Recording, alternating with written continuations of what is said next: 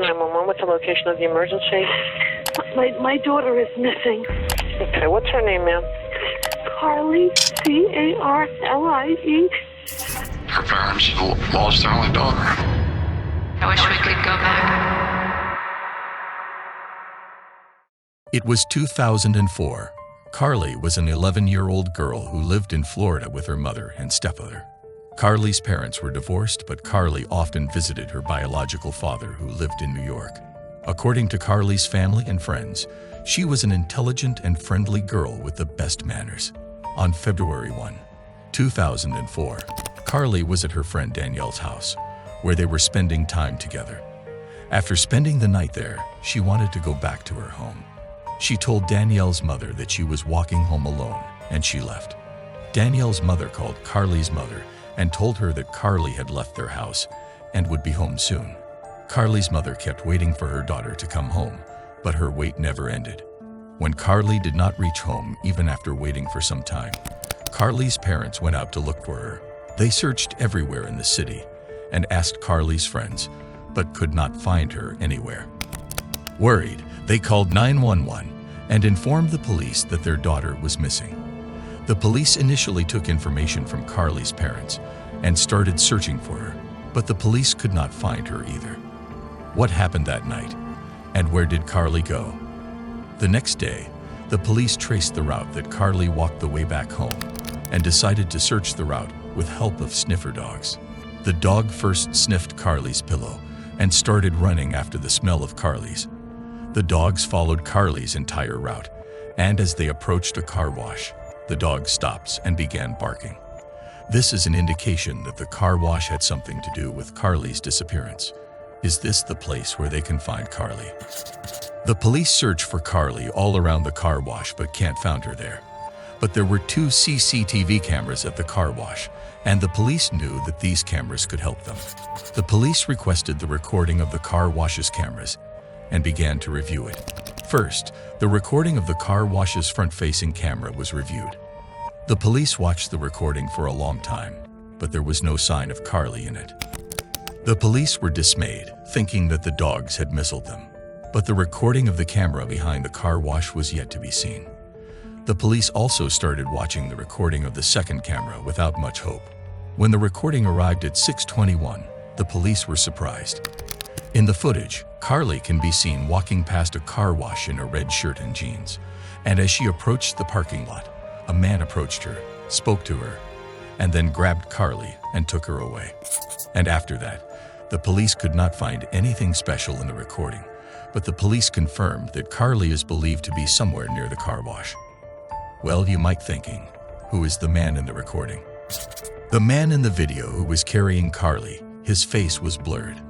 The police tried to clean up the video with the help of experts, but still, the face of the accused was not visible enough to find a good identity. The police were now convinced that there was a man who had taken Carlie, and the police started questioning all the men close to her. The police started questioning Carlie's stepfather. He told the police that when Carlie did not come home, he was looking for her along with her mother, and that they went to every possible place Carlie could be. Carlie's stepfather, Steve, tells the police that he suspects a man named Ron. Ron was dating Danielle's mother and had a red car. When he went out to find Carlie, he saw the same red car on the road. The police started questioning Ron. Ron says he doesn't know anything about Carlie's disappearance. He was at work when Carlie disappeared. The police thought that Ron might be lying, so they confirmed with Ron's company. The company said that Ron was right. He was at work at the time. The police investigation was not progressing. The police decided to seek help from the public.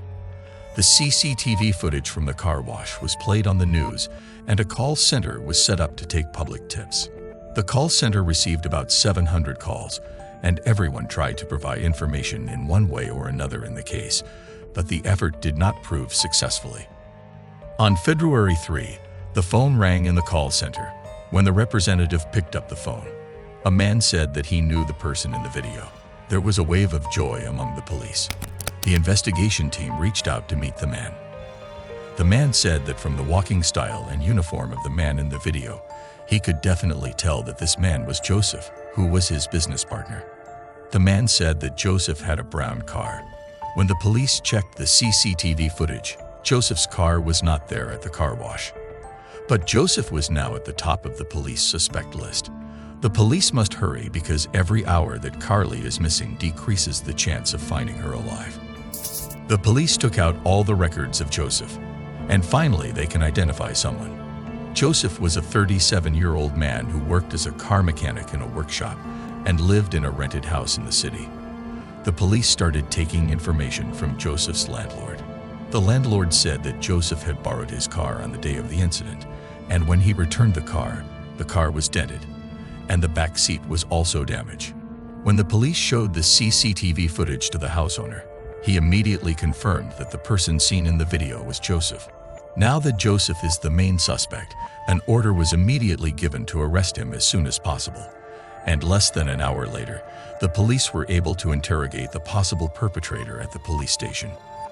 The police start asking Joseph where Carly is and what he did to her, but Joseph was not saying anything. The next day, Joseph's brother arrived at the police station and told the police that he had kidnapped Carly. The police were surprised by this report because no trace led to John. Why would he turn himself to the police? John told the police that he had sexually assaulted Carly and then killed her. He dumped Carly's body in a secluded area behind the church. A police team immediately reached the place indicated by John and sadly found Carly's dead body there. Half of her clothes were stripped, and she was badly raped.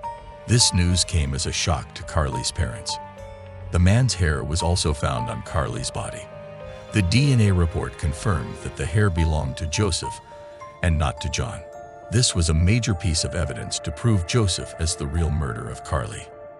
The police punished John for giving a false statement and arrested Joseph for murder, and he confessing everything.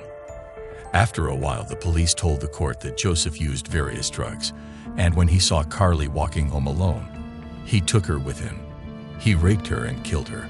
Carly's friends, parents, and people were all in grief over this incident and were demanding from the court that the culprit should be punished severely so that he could be an example to others and such incidents do not happen in the future. Joseph was charged with 3 counts of kidnapping, raping, and murdering the girl, and Joseph's sentence was to be decided by a bench of 12 judges. On October 24, 2005, 12 judges began delivering the verdict. 10 out of 12 judges recommended the death penalty for Joseph, while 2 judges opposed it, thus accepting the unanimous decision. Joseph was sentenced to death, and Joseph was sentenced to life imprisonment for kidnapping. Joseph's death sentence was delayed, and finally, after new laws, the court suspended the death sentence and commuted it to life imprisonment. Carly's family was not happy about this, but they could not do anything but regret it. Joseph was serving his sentence and died of illness in prison on July 26, 2021. What do you think about this horrifying crime story? Let us know in the comments.